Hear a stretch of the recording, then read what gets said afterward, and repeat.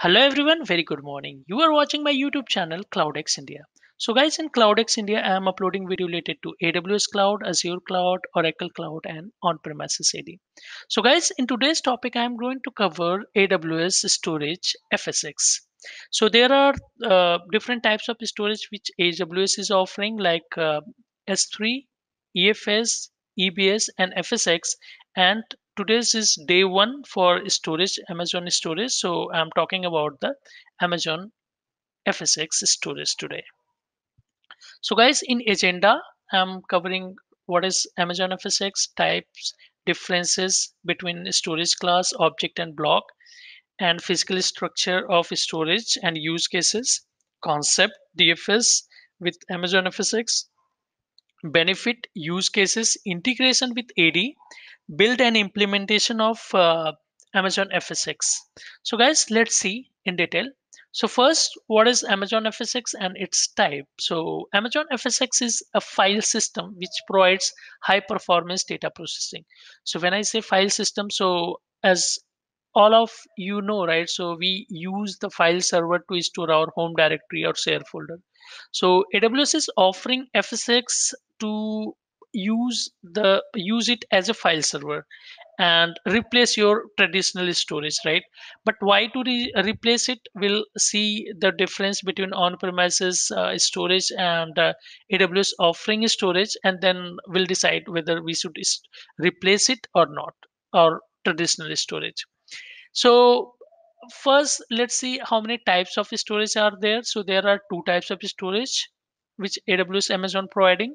One is for Windows file server, which as I said, you can use as a file server, Amazon FSX.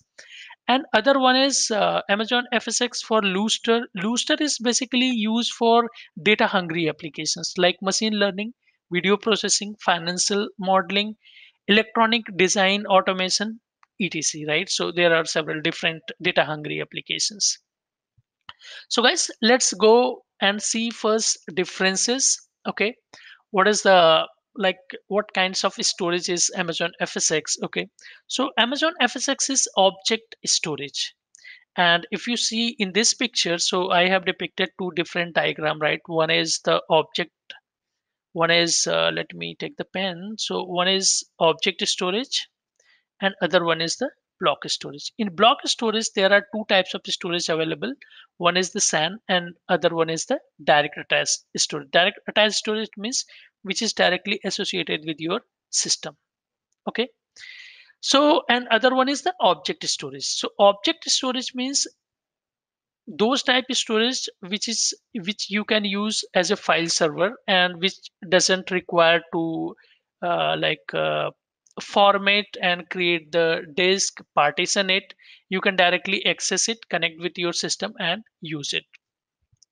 And other, the block storage is a raw disk. Whenever you associate like a local disk, when you attach to your system, right, first you format, like create a disk, okay, create a drive and format NTFS, then you can use it. Okay, otherwise you cannot use it. So this is the block. So we'll talk what is the block storage, and before this we have to understand what is the object storage. So as I said, object storage is used for file server. Okay, your home directory, shares folder, you can use the object storage. In on premises, guys, we are using the NAS. NAS is one of very famous storage type, right, which you can access over the IP addresses or over the network. So the challenges is with the NAS is our on-premises devices. Suppose you require a 2 TB disk. Okay, so you are planning to purchase a disk to store the object. So when you are going to purchase a disk, right? So suppose you purchase one disk, take an example. So once you purchase one disk, so what is the problem with one disk is whatever the data you are storing here, that is a single point of failure. So for the backup purpose, what you do, you either take the backup or you use another, you create, purchase a new NAS device, right, and replicate the data over here, so that in case this goes down, so you can access the data here from this NAS. So this is one of the challenging for 2 TB. If as I said, if your requirement is 2 TB, then you have to purchase two NAS here. So you can say into two. Okay, so you have to purchase two NAS device. So you utilize one, but one is in your spare, right? So you are like unnecessarily paying cost for other disk. This is one of the example. Second example, suppose you purchase one disk NAS, and today you are occupying only suppose 100 GB of your NAS space. Okay, and so what happens, so but you purchase a disk of 2 TB, so you did upfront payment of 2 TB disk, but you are using only 100 GB of disk. So the rest of the storage you are not occupying or using, so that is a waste of your money, right? And suppose you in 1 month you utilize this NAS till 500 GB. So what happened, so you are utilizing only 500 GB and rest of the storage is useless, but you paid upfront for 2 TB. So that is the reason on-premises devices are very expensive, right?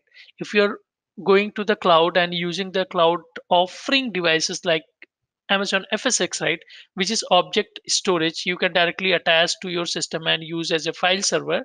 So what happened with the FSx? FSx is used as a pay per use model, right? So as you know, so cloud is pay per use model. If you are using 100 GB, so you have to pay for 100 GB, not 2 TB. If you are using, suppose you delete 50 GB data, so you have to pay next day only for 50 GB data. As soon as you increase the disk size, whatever the data you increase, the cost will increase as well. And this is the you can increase the size at any time, right? So you need not to worry whether today you are going to dump 2 TB data or 200 TB data, right? So in the backend, elasticity is available. So what happened, n numbers of like endpoints, data size, whatever the data size you want to store, you can go and store it, right? So AWS doesn't deny you for this, and you need not to worry about the infrastructure, right? I have to like purchase a new disk, new NAS device. Okay, and the second thing, you have to worry about the administering part as well. If you are using NAS, so you have to hire a person who should be aware of it. Okay, who should be technical of it, and you have to think of the backup. You need a person who can take the backup on day-to-day activities and for the restoration. So there are so many challenges of using the on-premises device. And the other one is the block storage. So the Amazon FSx is not block storage, but I'll give bit idea about it. So block storage kind of direct attached storage, but it's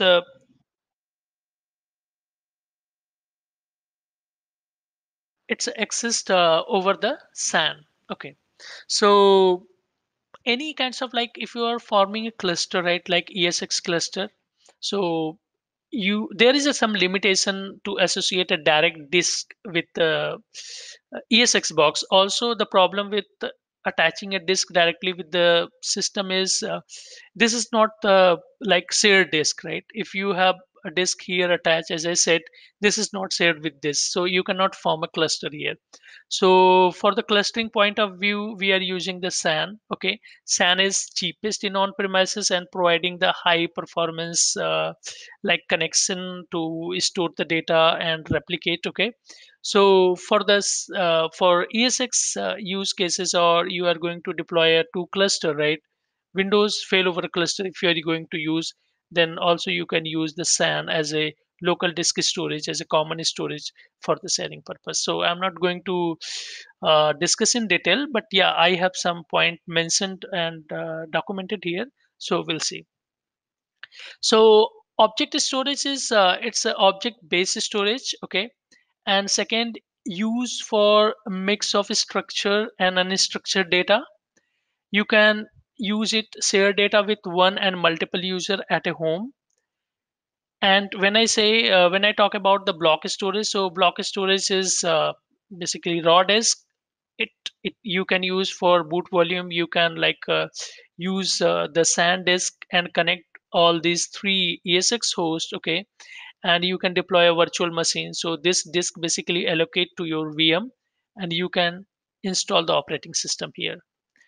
You can use as a boot volume. It provides the high performance and lowest latency, okay, and use for the clustering. And one more point, guys, I missed to add here. So this is, I'm talking about the DFS. So what is the DFS? DFS is Windows service which you can use to organize different file server in one place. So when I say different file server, suppose take an example, you have three NAS. One is in US, other one is India, and third one is CN, China. And this user wants to access all these three NAS as a file server. Suppose individual NAS, there is no file server in between them. So what happened? You have to provide IP address of these three NAS to the end user, and end user will connect directly to individual NAS. So if they want to connect individual NAS directly, so they have to remember the IP address.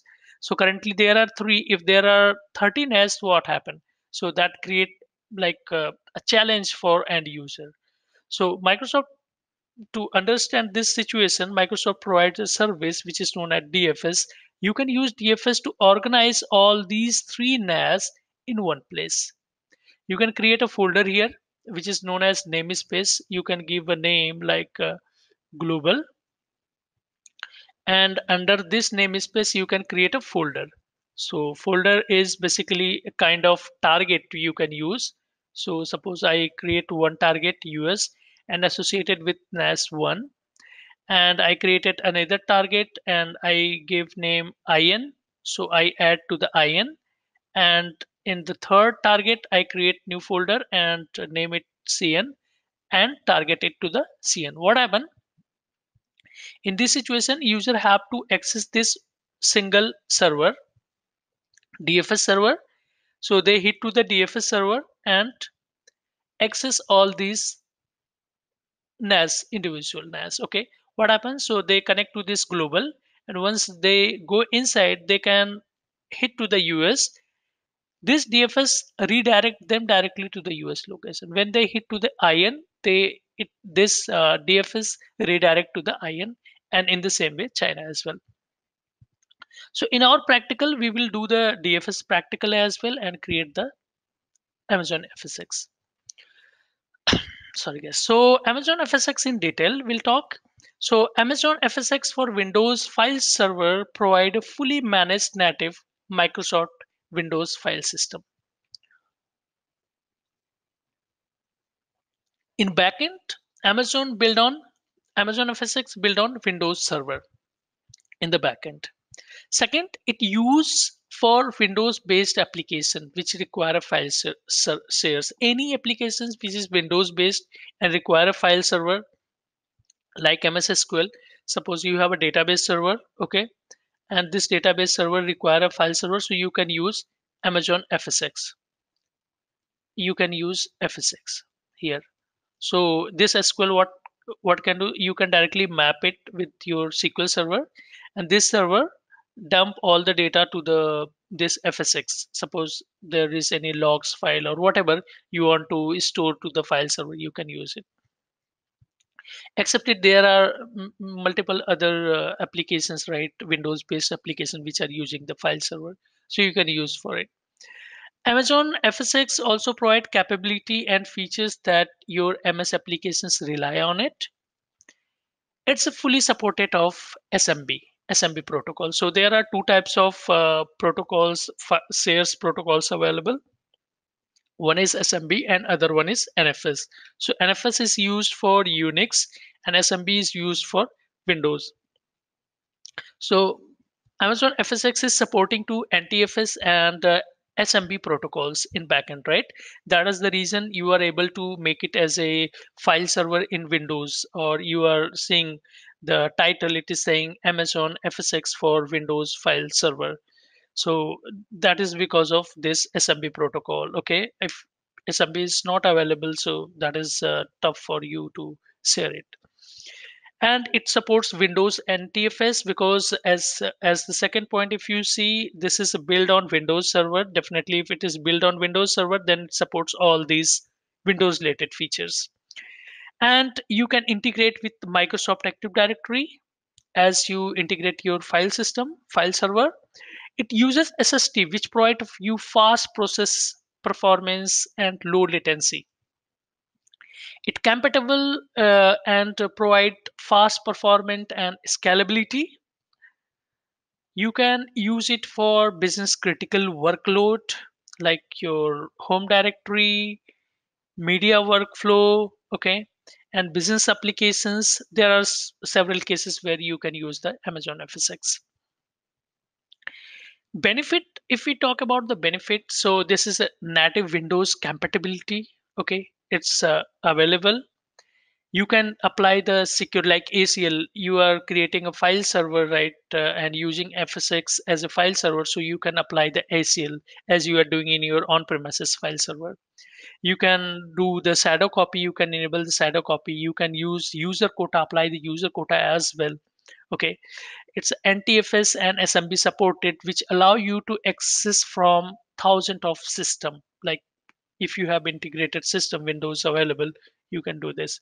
Integrate with MS, as I said, fast and flexible, broadly accessible. Connect it from Amazon EC2, Azure Virtual Machine, VMC on AWS, Amazon Workplace, okay. Amazon App Stream support Windows version from, but the problem is it doesn't support lower than Windows 2008 or Windows 7. So if you want to access this one, so you have to use Windows 2K8 and Windows 7 onwards. It's available. You can connect with on-premises using the VPN connection. It's a simple and fully managed. So if you are going to use Amazon FSx, right? So you need not to worry about provisioning file server, patching, manual backup, and failover. So take an example. If you are using file server in your on-premises, so there are several things, right? We have what you have to think about. First of all, OS management, hardware, okay.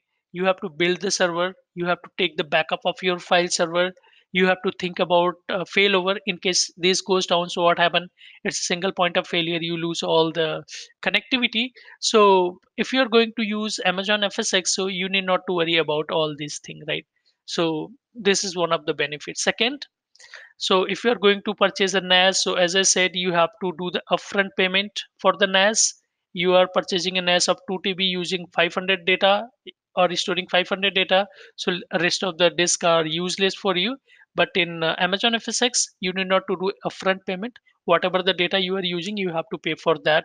You need not to worry about the elasticity whenever the requirement goes high, right?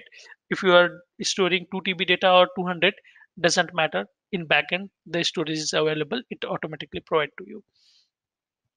So it's a simple and fully managed. That is the reason.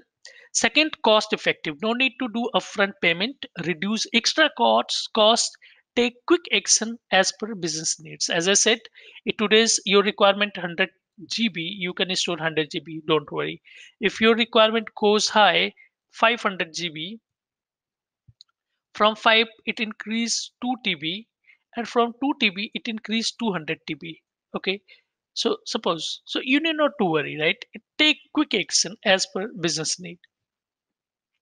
And whenever you want to, suppose you want to delete all the data not in use, so go and erase it. So there is no need to think what to do with the server now, okay. So this is one of the benefit and use cases when you can use it. You can use for the home directory and file server, okay. You can use for lift and shift application workload like Windows based such as ERP, CRM, custom build .NET applications, okay.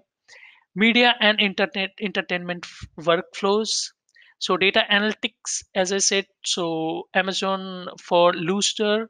So you can use data for the data analytics, you can use Lustre. Business intelligence, okay, intelligence, data visualization application, high availability, okay, and Microsoft SQL server deployment. So there are so many use cases where you can use the Amazon FSx. Web service serving and content management you can also use for this. and how to use it. So see, so what is step you have to follow? First of all, go in Amazon FSX, create a file server for Windows file system, and then configure file server, connect to your file shares like DFS, or access your file share from your applications and run your application. So this is one of the graph, guys. So I'll show the practical part how to use it, right, one to one, guys. That's it in theory part. So please like it if you really enjoy. Okay, click on like button, and also guys subscribe it, share with your friend, and also guys you can follow my Facebook community, right? So which is MS Cloud X. Okay, so there are lots of videos I'm uploading there. Every video you can find from there as well. Okay, but guys do not forget to subscribe it. Okay, and also in MS Cloud X I'm uploading or like posting the questions and answer as well.